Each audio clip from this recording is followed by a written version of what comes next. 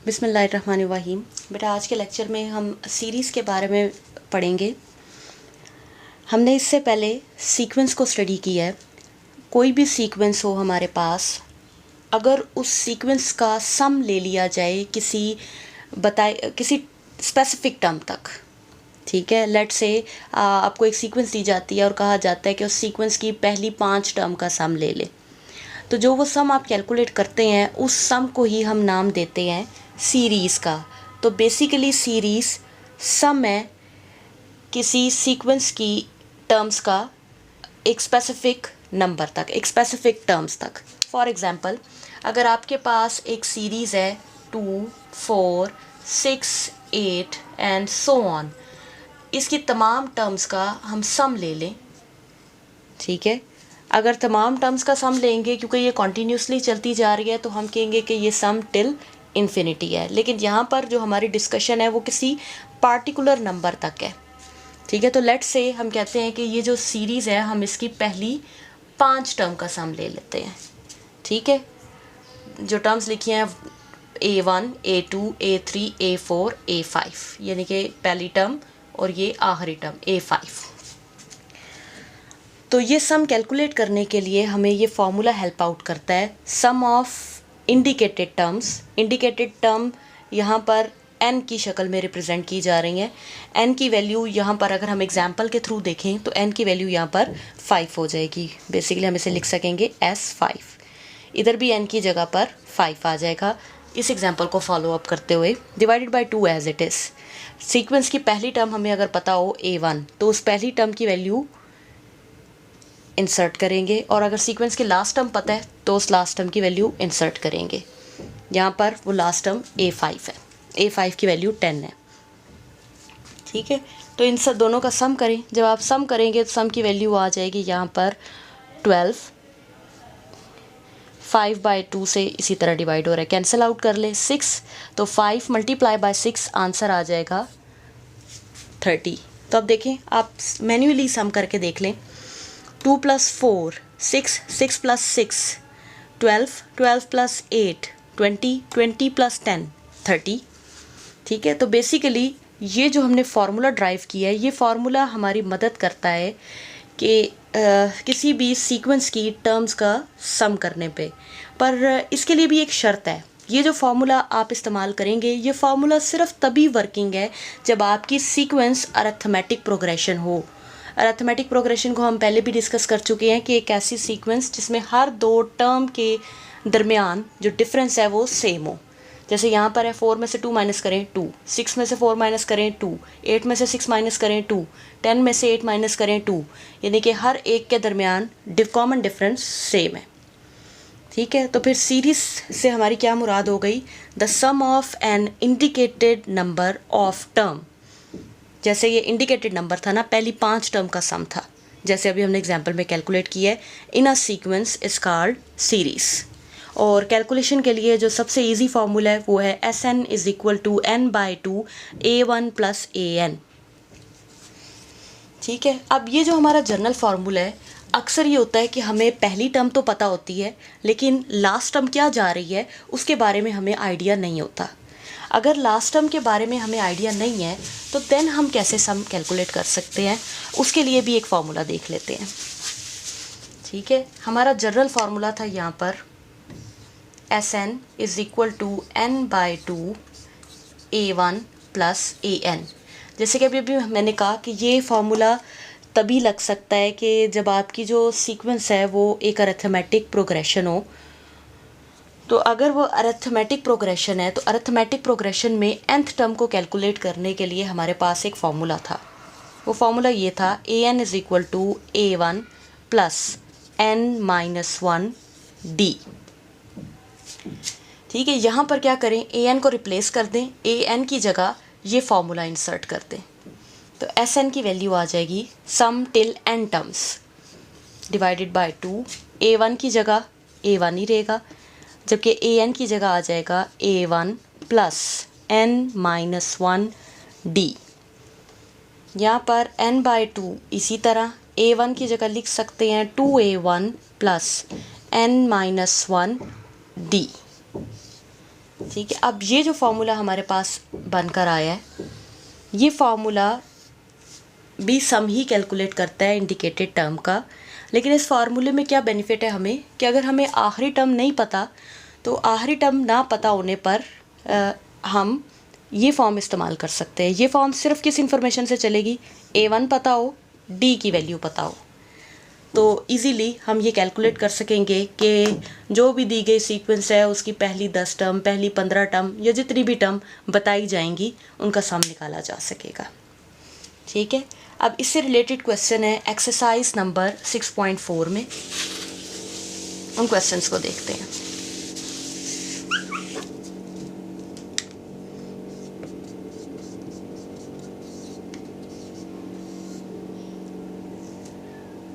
जी, question number 1। Question number 1 में हमें दिया जा रहा है एक 3 के मल्टीपल्स की सीरीज़ है और हमें सम कैलकुलेट करना है। Find the sum of all integral multiple of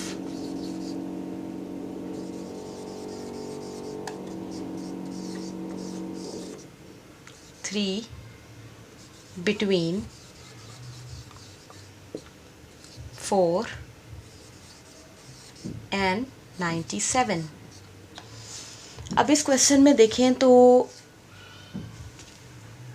हमें D की वैल्यू ऑलरेडी गिवन है। ठीक है, D की वैल्यू यहाँ पे 3 है। देखिए, अगर आप 3 के इंटेग्रल मल्टीपल निकालते हैं तो वो कौन से होंगे, 3, 6, 9, 12, 15 एंड सो ऑन। ठीक है, अगर ये 3 के मल्टीपल्स हैं तो इन सब में हर 2 के दरमियान जो कॉमन डिफरेंस है वो भी 3 ही है। 6 में से 3 निकाल दें 3 आएगा, 9 में से 3 निकाल दें 3 ही आएगा। ठीक है, अब उसने यहाँ क्वेश्चन में कहा है कि जो मल्टीपल हैं वो कहाँ से कहाँ तक हैं, 4 और 97 के दरमियान मल्टीपल हैं। तो फिर 3 तो एक्सक्लूड हो जाएगा, 3 तो शामिल नहीं होता क्योंकि वो 4 से पहले आ रहा है। हमने 4 के बाद वाले नंबर चुनने हैं, तो अगर 4 के बाद वाले नंबर चुनने हैं तो सबसे पहली टर्म कौन सी बन जाएगी, 6 बन जाएगी। यानी कि ये कह लें यहाँ पर हमारे पास A1 की वैल्यू 6 है। ठीक है, अब इस क्वेश्चन में दोनों तरह की इन्फॉर्मेशन मौजूद है। हमारे पास D भी मौजूद है और हमारे पास लास्ट टर्म भी मौजूद है। पर प्रॉब्लम ये है कि हमें ये नहीं पता कि नंबर ऑफ़ टर्म कितने हैं, n की वैल्यू हमें नहीं पता। देखें, अगर हमने 4 और 97 के दरमियान रहना है तो लास्ट टर्म nth टर्म क्या होगी, 96। देखिए, 97 से पहले 3 का मल्टीपल 96 है। ठीक है, दोनों वैल्यू हमें पता लग गई। और D की वैल्यू वो भी हमें पता है 3 है। तो यहाँ से सबसे पहले हमें n की वैल्यू निकालनी पड़ेगी। ठीक है, n की वैल्यू निकालने के लिए हम क्या करें, जो पीछे आपने 6.2 में फार्मूला सीखा था उसका इस्तेमाल करें। A1 प्लस n-1 D, यहाँ पे an की जगह आ जाएगा 96, A1 की जगह 6 plus n-1 as it is, D की जगह 3। 96 is equal to 6 plus 3n-3 और 6n-3 3 बन जाएगा, 3 प्लस 3n 96। यहाँ से 3n इक्वालिटी के एक तरफ, जबकि इस 3 को इक्वालिटी के दूसरी तरफ शिफ्ट करें तो ये आ जाएगा 96 माइनस 3। वैल्यू बन जाती है हमारे पास 93 और n की वैल्यू यहाँ से आ जाएगी 93 divided by 3 which is equal to 31। ठीक है, तो इसका मतलब है 4 से 97 के दरमियान टोटल 31 टर्म्स हैं। ठीक है, अगर हमारे पास n की वैल्यू मौजूद है, A1 की वैल्यू मौजूद है और an की वैल्यू भी मौजूद है तो हम बड़ी आसानी से सम कैलकुलेट कर सकते हैं।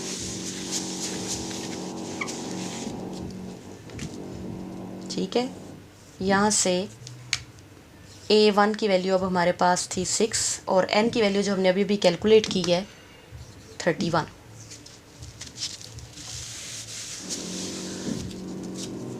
इसे इंसर्ट कर लें सम वाले फार्मूले में। Sn is equal to n/2 A1 plus AN। Sn की जगह हमें वैल्यू फाइंड करनी है और n की जगह अब आ जाएगा 31, इधर भी 31/2। A1 की जगह 6 और AN की जगह 96। इसे सिंप्लीफाई कर लेते हैं। 31 डिवाइडेड बाय 2, 6 प्लस 96 हमारे पास आ जाएगा 102। इसे कैंसिल आउट कर दें तो वैल्यू आ जाती है 1 ज़ा 2 51।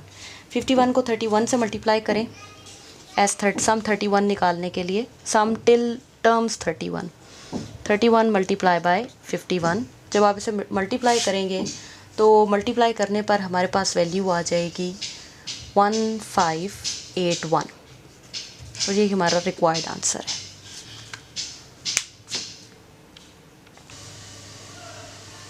क्वेश्चन नंबर 2 की तरफ आ जाएं। क्वेश्चन नंबर 2 की स्टेटमेंट है सम द सीरीज़। अब क्वेश्चन नंबर 2 में काफ़ी सारे पार्ट्स हैं जिसमें से पार्ट 1 से शुरू करते हैं। पार्ट 1 में हमें एक सीरीज़ दी जा रही है और साथ ही साथ टर्म इंडिकेट की जा रही है जिस टर्म तक हमें सम कैलकुलेट करना है। तो यहाँ पर A16 है। A16 का मतलब है कि 16 टर्म तक सम कैलकुलेट किया जाए। ठीक है, अगर 16 टर्म तक हमें सम कैलकुलेट करना है तो यहाँ पर n की वैल्यू 16 है, जबकि A1 की वैल्यू हमारे पास है -3 और D की वैल्यू हम बड़ी आसानी से कैलकुलेट कर सकते हैं -1 माइनस -3, जो कि इक्वल आ जाएगी -1 माइनस +3 इक्वल टू 2। तो सम वाला फॉर्मूला यूज़ करते हैं Sn is equal to n/2। अब क्योंकि यहाँ पर हमें n टर्म की वैल्यू, लास्ट टर्म की वैल्यू पता नहीं है, तो जो हमने सेकंड फार्मूला ड्राइव किया था हम उसकी मदद से सम कैलकुलेट कर लेते हैं। 2A1 plus n-1D। यहाँ पर सिर्फ न्यूमेरिकल कैलकुलेशन है। n की जगह वैल्यू आ जाएगी 16, जब इधर भी 16/2। 2A1 की जगह -3 प्लस n की जगह 16 -1 एंड D की वैल्यू आ जाएगी 2। ये कैंसिल आउट हो जाएगा। 2 8 ज़ा 16, 8 मल्टीप्लाई बाय -6, 16 -1 15, 15 2 ज़ा 30। 30 में से माइनस कर दें 6 को तो हमारे पास वैल्यू आ जाती है 24। 8 को 24 से मल्टीप्लाई करें तो आंसर आ जाएगा 192।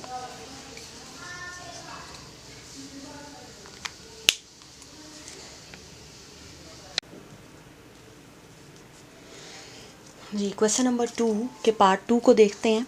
पार्ट 2 भी बिल्कुल उसी तरह सॉल्व करना है जैसे आपने क्वेश्चन नंबर 1 सॉल्व किया है। यहाँ पर A1 की वैल्यू हमें गिवन है 3/√2। √2 वाले क्वेश्चंस के सॉल्यूशन के वक्त हमारे लिए ज़्यादा आसान बात ये होती है कि अगर डिनोमिनेटर में स्क्वायर रूट आ रहा है तो हम उस स्क्वायर रूट को ख़त्म करने के लिए अपनी इस फ्रैक्शन को रैशनलाइज़ कर लें। तो रैशनलाइज़ करने के लिए जो भी डिनोमिनेटर में आपकी स्क्वायर रूट की वैल्यू 7 वैल्यू आ रही है, √2/√2 उससे मल्टीप्लाई भी करें, डिवाइड भी करें।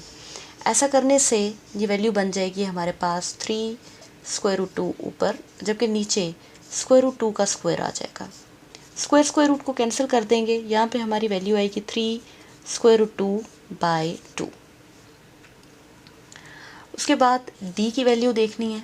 D की वैल्यू हम किस तरह से कैलकुलेट करते हैं कि हम सेकंड टर्म में से फर्स्ट टर्म माइनस कर लेते हैं।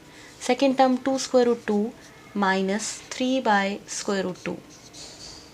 ठीक है, यहाँ पर कैलकुलेशन करते वक्त हमारे लिए बहुत आसान है कि हम इस वैल्यू की जगह इंसर्ट कर लें 2√2 माइनस 3√2 की जगह उसकी ये फॉर्म इंसर्ट कर लें 3√2/2। इस तरह करने से एलसीएम लेना आसान हो जाएगा हमारे लिए। एलसीएम इसका आ जाएगा 2 मल्टीप्लाई बाय 2 4√2 माइनस, और डिफरेंस लेना भी आसान हो जाएगा 3√2। अब इन दोनों में √2 कॉमन है स्क्वायर रूट 2 बाहर निकल आएगा, 4 में से 3 माइनस करें 1 आ जाएगा, यानी कि ऊपर सिर्फ आपके पास स्क्वायर रूट 2 रह जाएगा डिवाइडेड बाय 2। ठीक है, ये डी की वैल्यू आ गई हमारे पास। यहाँ पर एन की वैल्यू हमारे पास एन इक्वल है 13 के। ठीक है, क्योंकि हमें 13 टर्म के लिए तक सम कैलकुलेट करना है। ठीक है, अब यहाँ पर इस सारे को रेस करते हैं और इन वैल्यूज़ को सेव कर लेते हैं। A1 की value 3 square root 2 by 2, D की वैल्यू स्क्वायर रूट 2 बाई 2 और एन की value 13।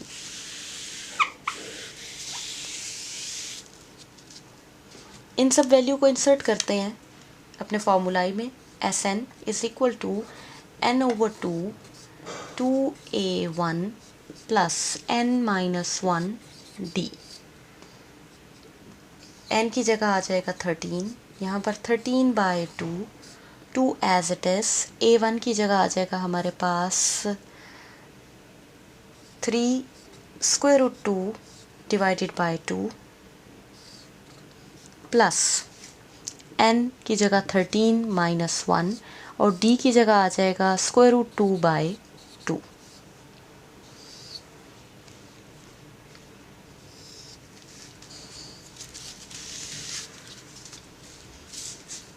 13 by 2 as it is, ये 2 इस 2 से कैंसल आउट हो गया।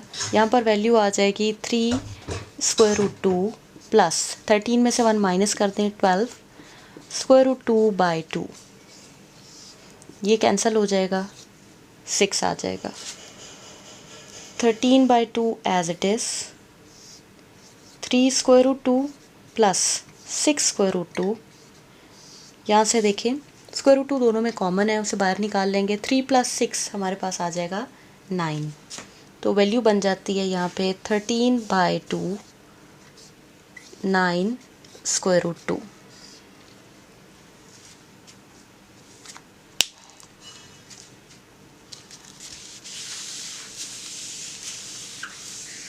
जी, तो यहाँ पे हमारे पास एस एन की वैल्यू आ गई 13 9 ज़ा 9 3 ज़ा 27, 9 1 ज़ा 9 एंड 2 1 17 स्क्वायर रूट 2 बाई 2। ठीक है, इसे फर्दर रैशनलाइज करके हम अपना आंसर दे सकते हैं। मींस मल्टीप्लाई कर लें square root 2 by square root 2 से 117 स्क्वायर रूट 2 का square divided by 2 square root 2। Square square root को कैंसिल कर देगा और यहाँ पे हमारे पास आंसर आ जाएगा 117 into 2 divided by 2 square root 2। ये 2 2 से cancel, 117 bye square root 2।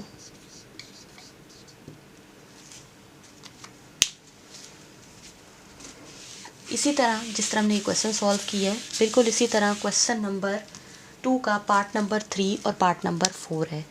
Part number 3 और part number 4 as a homework आप खुद सॉल्व कर सकते हैं। अगर कोई इशू हो तो देन फिर मुझे बताएं। क्वेश्चन नंबर 5 पे आ जाए। x minus A plus A plus x plus 3a plus so on, और यहाँ भी हमें सम कैलकुलेट करना है टिल n टर्म।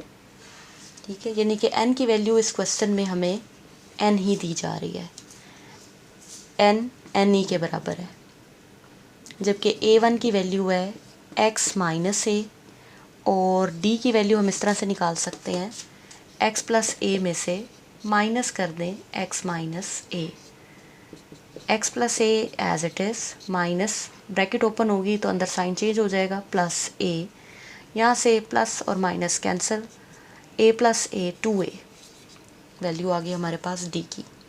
सिर्फ फॉर्मूले में इंसर्ट करनी है S N is equal to n by 2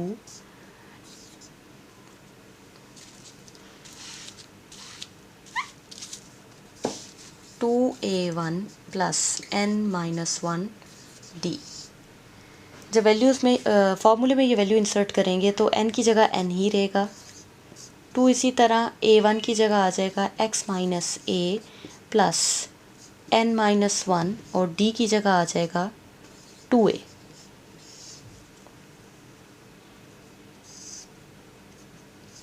n/2 as it is, multiply कर लें 2x minus 2a plus 2an minus 2a।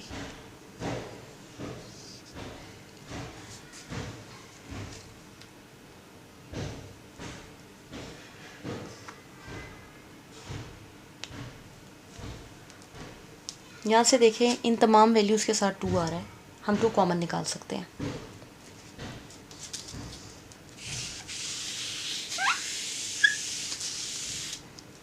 जब हम 2 कॉमन निकाल लेंगे तो Sn की वैल्यू आ रही है n/2। इस सारी वैल्यू में से 2 कॉमन, अंदर रह जाता है हमारे पास x minus a plus an minus a। ये 2 से कैंसिल हो गया। यहाँ से n as it is, minus a और माइनस a दोनों एडअप हो जाएंगे और वैल्यू आ जाएगी x minus 2a plus an। Lastly हम ये कर सकते हैं कि इन दो वैल्यूज़ में a कॉमन है, a को बाहर निकाल लेते हैं। x minus 2 minus n a। ठीक है, ये डिपेंड करता है कि आपने ये टर्म किस तरह से लिखी हुई है। अगर आपने -2 पहले लिखा है तो कॉमन लेने पर दरमियान में माइनस आ जाएगा, और अगर आपने ये वैल्यू एज इस तरह नहीं लिखी हुई, इस तरह लिखने की बजाय आपने वैल्यू इस तरह लिखी हो, let's say n x plus an पहले और -2a बाद में, तो जब आप a कॉमन लेंगे तो उस वक़्त आपके पास आंसर आ जाएगा x प्लस n-2a। ठीक है, तो ये दोनों ही आंसर करेक्ट हैं। नेक्स्ट आते हैं क्वेश्चन नंबर 6 पे। क्वेश्चन नंबर 6 की स्टेटमेंट है हमारे पास 1/1 minus square root x plus 1/1 minus x plus 1/1 plus square root x plus so on, plus sum करना है हमें टिल n टर्म्स। जब n टर्म तक सम कैलकुलेट करना है तो इसका मतलब है n की वैल्यू n ही है। a1 की वैल्यू हमें दी जा रही है 1/1 माइनस स्क्वायर रूट x। देखिए यहाँ भी डिनोमिनेटर में स्क्वायर रूट आ रहा है, तो ज़्यादा बेहतर है कि हम इसे रैशनलाइज कर लें। 1 plus square root x, 1 plus square root x।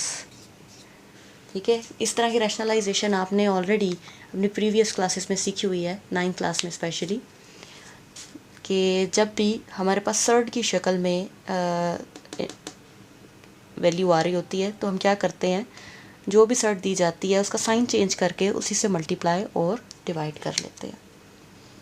यहाँ से 1 plus square root x as it is आ जाएगा ऊपर, नीचे एक वैल्यू माइनस में एक वैल्यू प्लस में, तो अलजबरा का फॉर्मूला वैलिड हो जाएगा a plus b, a minus b। दो टर्म मल्टीप्लाई हो रहे हो, एक प्लस में हो एक माइनस में हो, और दोनों टर्म्स की वैल्यू सेम हो, तो हम इसे लिख सकते हैं a square minus b square. ठीक है, बिल्कुल इसी का इस्तेमाल करके इसे लिखा जा सकता है 1 square minus square root x square.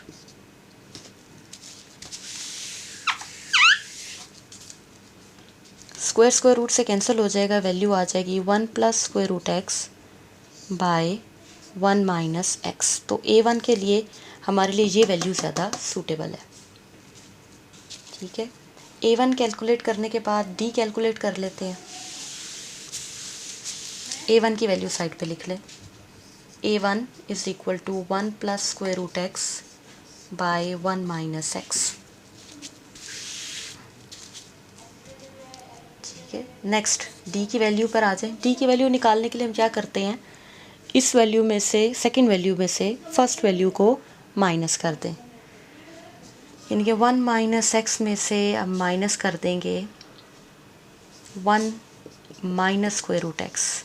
जबकि 1 minus square root x A1 है, और A1 को अभी भी हमने लिखा है 1 plus square root x by 1 minus x. इसकी जगह रिप्लेस कर लेते हैं डायरेक्टली, बार बार कैलकुलेट करने की बजाय एक ही बार कैलकुलेट कर लें और रिप्लेस कर लें। ये वैल्यू आ जाएगी हमारे पास 1 माइनस एक्स, 1 माइनस, यहाँ पे माइनस होने की वजह से अंदर साइन चेंज हो जाएगा, 1 माइनस स्क्वायर रूट एक्स। ये प्लस 1 माइनस 1 से कैंसिल, तो डी की वैल्यू आ जाती है हमारे पास minus square root x by 1 minus x. ठीक है, डी की इस वैल्यू को सेव कर लेते हैं। डी की वैल्यू आफ्टर कैलकुलेशन हमारे पास आ गई है minus square root x by 1 minus x. अब हमारे पास A1 की वैल्यू भी है, और 1 प्लस अब हमारे पास A1 की वैल्यू भी है और D की वैल्यू भी है, तो सम इजीली कैलकुलेट हो जाएगा। Sn is equal to n by 2A1 plus n minus 1 D। n की जगह n as it is 2A1 की जगह आ जाएगा 1 plus square root x by 1 minus x plus n minus 1 as it is, और इस वैल्यू की जगह आ जाएगा माइनस डी की जगह minus square root x by 1 minus x.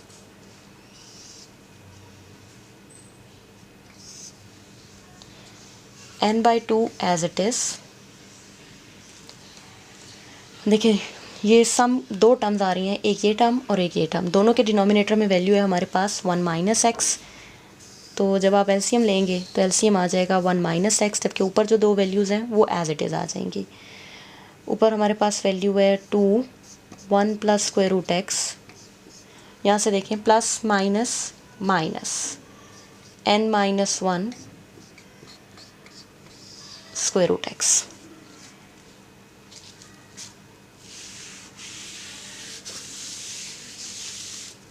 तो सम की वैल्यू यहाँ पर आ गई Sn is equal to n by 2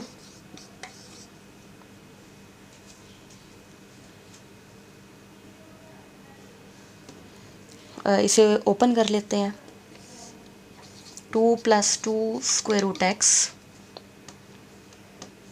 minus n square root x minus minus plus square root x divided by 1 minus x. n by 2 इसी तरह 2 as it is, यहाँ से देखें 2 square root x and square root x दोनों plus हो रहे हैं, ये 2 है ये 1 है, तो 2 plus 1 3 square root x minus n square root x divided by 1 minus x.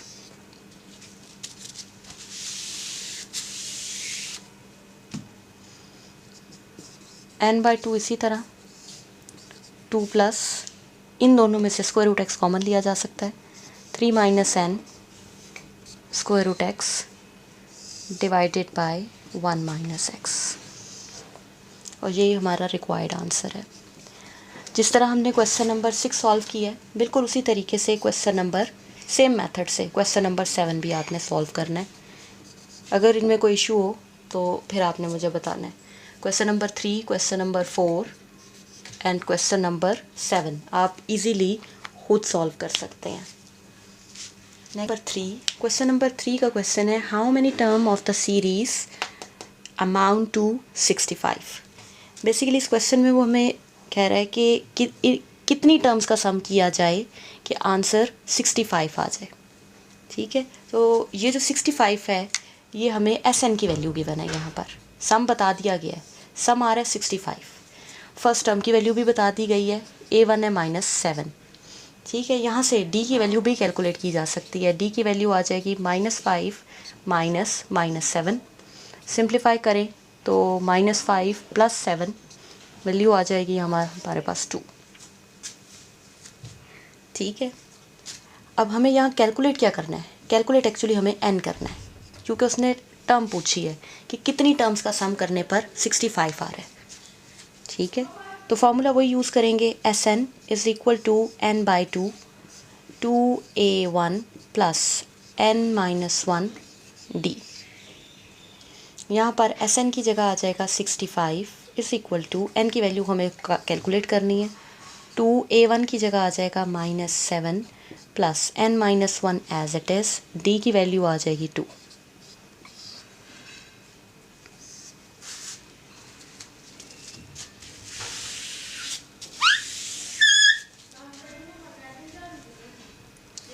(65) is equal to, इसे कैलकुलेट कर लें, n/2 यह आ जाएगा -14 प्लस 2 को मल्टीप्लाई कर लें n-1 से, 2n प्लस माइनस -2।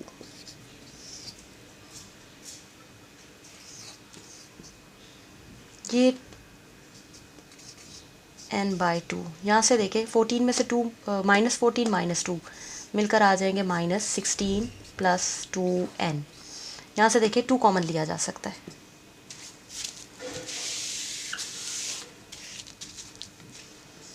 n/2 इसी तरह multiply by 2 common, -8 plus n, ये 2 से कैंसिल, 65 इसी तरह, 65 n -8 plus n, 65 as it is, अंदर मल्टीप्लाई कर लें तो वैल्यू आ जाएगी -8n प्लस n स्क्वायर। 65 को इक्वलिटी के दूसरी तरफ शिफ्ट करें, 0 is equal to n square -8n -65। तो अब हमारे पास ये जो फॉर्म बनकर आई है, ये क्वाड्रेटिक इक्वेशन की शक्ल है। ठीक है, क्वाड्रेटिक इक्वेशन का सोल्यूशन हमने चैप्टर नंबर 4 में सीखा है, तो उसका इस्तेमाल करके हम बड़ी आसानी से इस क्वाड्रेटिक इक्वेशन को रिजॉल्व करके n की वैल्यू देख सकते हैं। n square -8n -65। क्या अब आपके पास यहाँ पर 2 ऑप्शन है, आप चाहें तो क्वाड्रेटिक फार्मूला लगा लें, चाहे तो फैक्टराइज कर लें। ठीक है, मैं फैक्टराइज करने यहाँ पर फैक्टराइजेशन के थ्रू इसे कैलकुलेट करने लगी हूँ। सबसे पहले क्या करें, 65 है तो 65 का प्राइम फैक्टराइजेशन कैलकुलेट कर लें। 65 5 के टेबल में आता है, 5 1 ज़ा 5, 5 3 ज़ा 15, then 13 is a prime number, वो 13 के टेबल में ही आता है सिर्फ। ठीक है, तो यहाँ पर ये 2 पेयर हैं, 13 को 5 से मल्टीप्लाई करेंगे 65 आ जाएगा, 13 में से माइनस करें 5 तो हमारे पास 8 आ जाता है।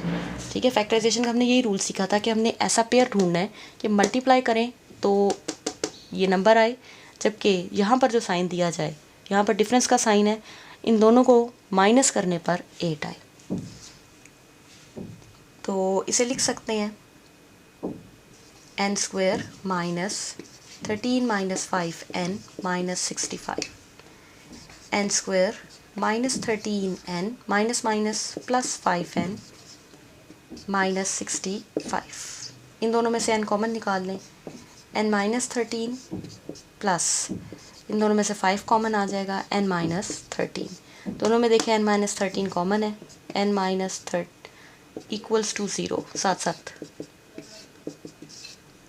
n -13 और n + 5 इज़ इक्वल टू 0। यहाँ से 2 फैक्टर बन जाते हैं हमारे पास, एक n -13 इक्वल है 0 के, या फिर n + 5 इक्वल है 0 के।